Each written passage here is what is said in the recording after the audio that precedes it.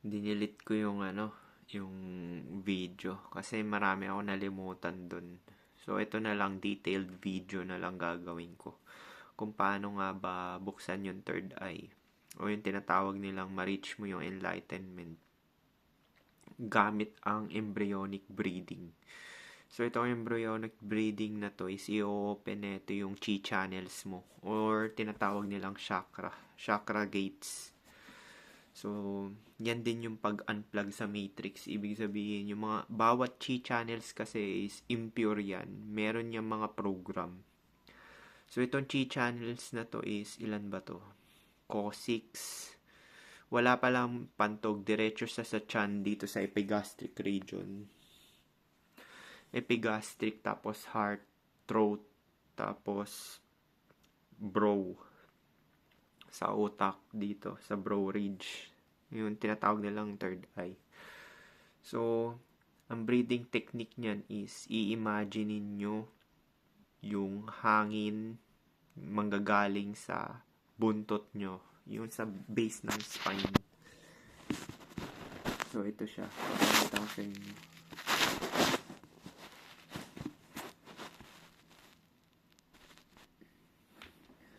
So, dito yung buntot. Yan. Tapos, pag nagbi-breathing kayo, bi-breathe in nyo. Pag breathe in nyo, paangat yung, pag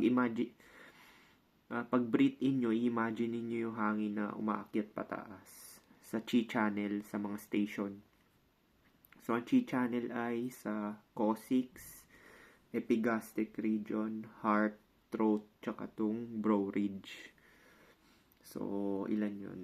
1, 2, 3, 4, 5. 5 yung chi channels na gates na bubuksan nyo. So, pag nag-breathe in kayo is dapat liliit yung chan nyo. So, sa process na yan, pag nag-breathe in kayo, imagine niyo na aangat yung hangin papunta from tailbone papunta sa epigastric region. So, ganito siya. Upo kayo ng komportable, tapos straight yung spine nyo. Tapos, i-imagine niyo yung breathe in. Manggagaling sa buntot, papunta sa epigastric region. Tapos,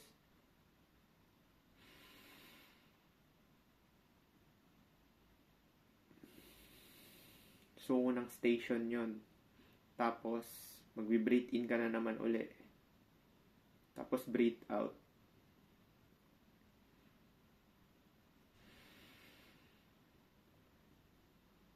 So, nag-breathe in ka na, diba? Maliit yung chan mo.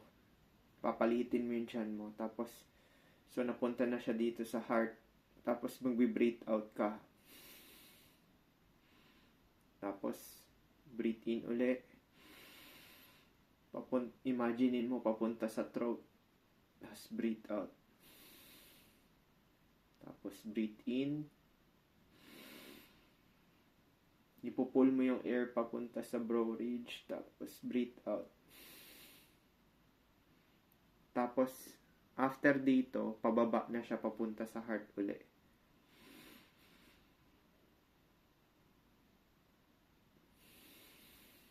Di ba, pumunta na sa heart yung imagination nyo. So, ang last noon is mag-iisip kayo ng isang enlightened na beings na nais nyo, gusto nyo. Siguraduhin nyo lang na enlightened tong tao na to. Kasi sa akin is si Pope John Paul. Itong keyword na ito, babanggitin nyo yung pangalan ng tao na yun. Pope John Paul, bless me. So, ganon. Kung Jesus Christ, bless me. Buddha, bless me. Pero siguraduhin nyo na yung napili nyo talaga is enlightened talaga na tao. Pwede naman ako, kaso ayoko banggitin yung pangalan ko dito. Dahil, private na channel to na ano. So, yun nga. Siguro gayahin nyo na lang yung Pope John Paul. Kasi yun yung talagang sigurado ko na yun talaga yung pangalan niya Gumana sa akin yun. So, ulit-ulitin nyo yung cycle na yan, na breathe in and breathe out, tapos paangat siya from tailbone papunta sa epigastric region, heart, throat, tapos dito, tapos pababa sa heart ulit. Tapos yung enlightened being babanggitin nyo, Pope John Paul, siguro gayahin nyo na lang din yun, tapos bless me, ganun lang, tapos paulit-ulit lang siya yung cycle na yun. Kasi ang gagawin niyan is bawat chi channels kasi is may mga program yan. Yan yung mga desire tsaka impulses natin na hindi natin control. Control siya ng physical consciousness, kagaya ng chi channel sa buntot. Ang desire dyan is lust, mag-procreate ka, desire na malibugan ka, ganyan. Sa epigastric region, yan yung mga tao na ang program nila is wala silang control sa vices nila, na overeating, kahit na hindi healthy yung pagkain, basta kakainin nila yan dahil wala silang control sa desire nila sa pagkain. Yan din yung mga umiinom ng mga alak, tapos kumakain kasi yan yung talagang desire ng nature eh. Yan lang yung mahalaga sa mga tao talaga eh. Bawat living organism is kumain lang. Tas sa heart naman, heart ng tao, ang program dyan is makaramdam ka ng hatred, na makaramdam ka ng inggit, jealousy, ano pa ba, basta mga negatibo. Fear din, yung takot, para protektahan mo sarili mo, flight or flight. Tapos dito naman sa throat is yung words na sasabihin mo, na yung program niyan is yung magmanipulate ka, magsinungaling, magsalita ka ng mga makakasakit sa kapwa-tao. Yan yung program. Tapos sa utak naman is mag-iisip ka na for survival mo. Ang program dyan is yung mga negative thoughts na hindi naman nag-i-exist. Kasama na rin yung fear dun. Tapos mga panlalamang, ano pa ba, basta mga negatibo na naiisip mo. So mangyayari dyan is i-unplug yan, i-open yung chi channels mo. So, di ba sa Matrix, i-unplug. So, pag na-unplug mo yun, ano meron? Di butas. Wala na yung program, butas na eh. So, mangyayari nun, wala ka na mararamdaman dun sa mga program na yun. So, hindi ka na naka-program. Makokontrol mo na yung mga lust mo. At actually, wala ka na nga lust dyan eh. Tapos, kontrolado mo na rin yung mga kakainin mo, na which is yung healthy sa tingin mo. Tapos sa puso naman, wala ka na mararamdaman dyan na emotional attachment, na anong tawag dito, na or galit, inggit, hatred, wala na talaga. As in total stillness. Yan kasi hallmark ng ng enlightenment. Hindi ka na makakaramdam ng lonely, basta any negative na emotion. Tapos dito naman sa throat is magsasabi ka lang ng totoo. Yun lang yung sasabi. Kasi actually pwede ka magsinungaling, pero yun nga, may guilt feeling ka na pero kailangan mo eh. So, pero yun nga yung nung program ng pagsasalita. Tapos sa utak naman is clear na yung mind mo niyan. Nakikita mo na kung anong, you see things for the way they are. Tapos ano pa ba? Yun, lilinaw din yung mata mo. Kuwari may vision problem ka dati. Pag na-reach mo yung enlightenment, magiging 20/20 na uli yung vision mo. Tapos magiging vibrant lahat ng kulay. Tapos wala na ring separation sa perception mo. Yung time din na rin mag-i-exist yan actually. Pero syempre kailangan mo pa rin ng malaman yung oras, kasi nandito ka sa matrix eh. Matrix kasi yung katawan, di ba? Yung physical. Tsaka kailangan mo pa rin mag-survive.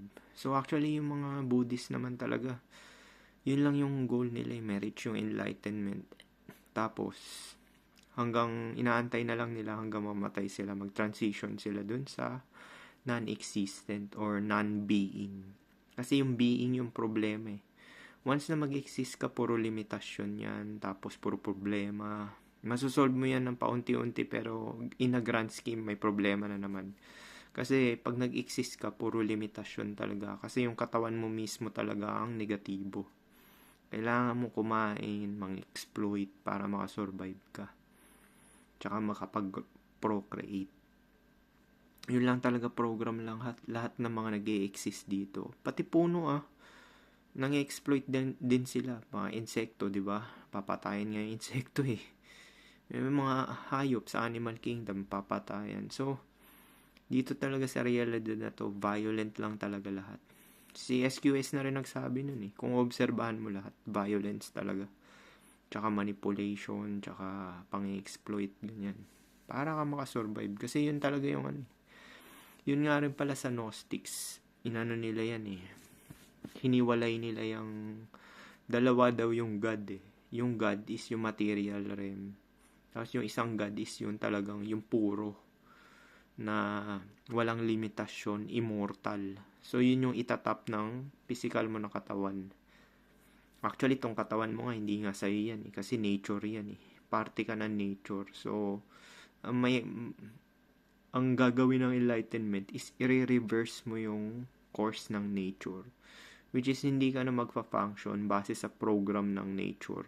Oo, kakain ka, magsosurvive, pero i-reverse mo yung course ng nature. Which is, habang buhay ka, yung physical mong katawan is, para ka na rin siyang, yung perception mo, para ka na rin patay talaga. Para ka hindi nag-i-exist. Yun yung sinasabi nila, stillness, non-existent, non-dual, no separation, walang time, immortal. Yan talaga yung goal ng mga Buddhist eh. Tsaka nung mga religious groups na ma-open yung third eye nila para makita nila yung totoong nangyayari talaga. Tsaka ma-reach nila yung non-being state. Yung perception. Yung katawan mo mamamatay yan. Hindi naman din sa'yo yan kasi nature may-ari niyan. So, ulitin ko. Yung mga chi channels ay sa buntot,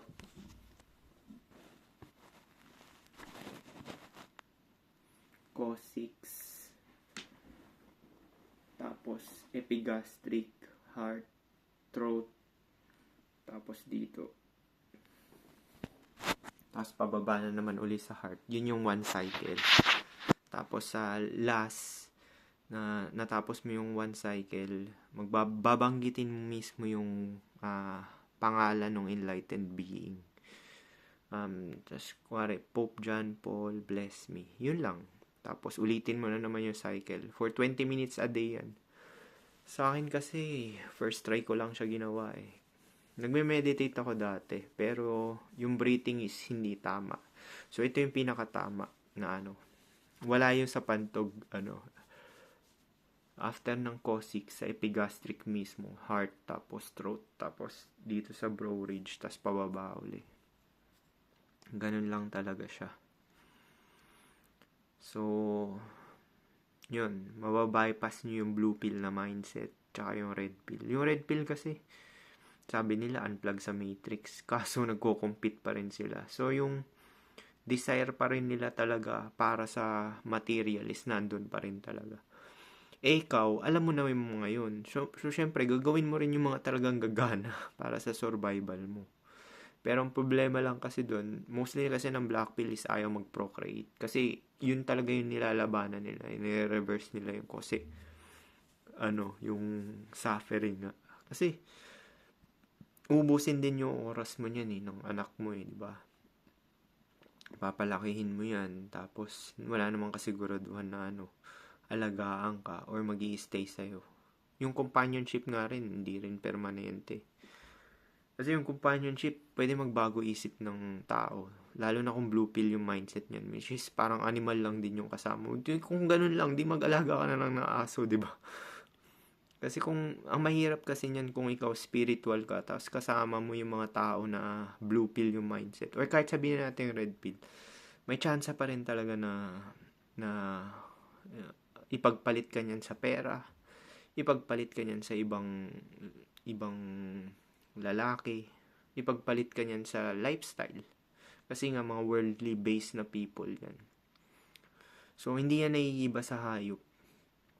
So, yung mga aso ba, mayroon lang magbigay ng, sabi nila loyal daw yung aso. Hindi Pag merong nagbigay sa kanya ng pagkain, tapos continuous na ginagawa yun, dun siya magiging loyal. Ikaw, amo ka, wala ka na. Hindi ka na niya magiging amo. Kasi animal nga eh. Ang mostly ng tao is nagpa-function based sa animalistic desire nila tsaka impulses. In short, hindi nila control talaga yung mga choices and decision making nila. Majority yan, mahugulat kayo mga 90%. Yan talaga yung siguro kung sa 80-20 na rule, sabihin na natin na ganun. 80% ng mga tao is blue pill talaga. Tapos 10% ang mga logical based, tapos yung 10% is yung spiritual based.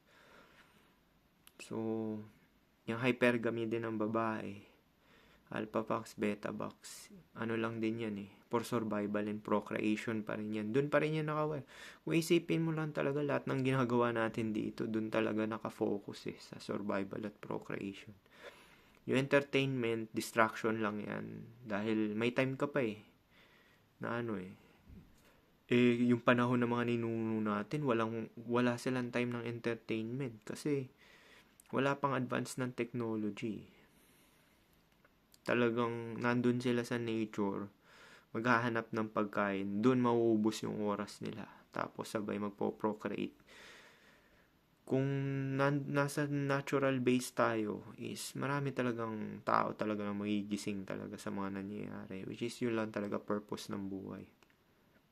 Now, yun yung nilalabanan ng enlightenment para kahit buhay ang physical mo na katawan is na-experience mo yung bago ka mabuhay or after mo mabuhay, namatay ka.